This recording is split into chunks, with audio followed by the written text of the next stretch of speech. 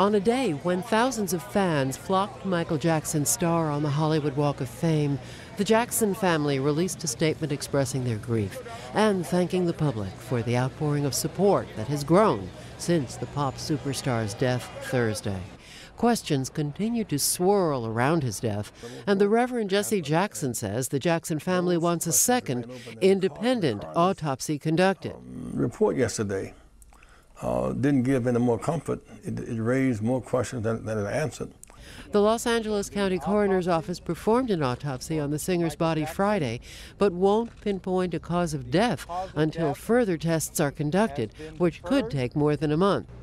Afterward, Jackson's body was released to his family. Late Saturday, police spoke with Jackson's personal physician, cardiologist Conrad Murray, who was with Jackson when the pop star stopped breathing Thursday. A spokesman for the doctor released a statement saying Murray met with police for 3 hours to clarify some inconsistencies and is in no way a suspect. Police seized the doctor's vehicle at Jackson's rented mansion in search of evidence, but they also say he's been cooperative and confirm that he is not a suspect. Murray practices medicine in California, Texas, and Nevada, and court records reveal his Nevada practice has been slapped with $400,000 in court judgments and several tax liens. A Houston attorney confirms Murray has hired his firm for assistance.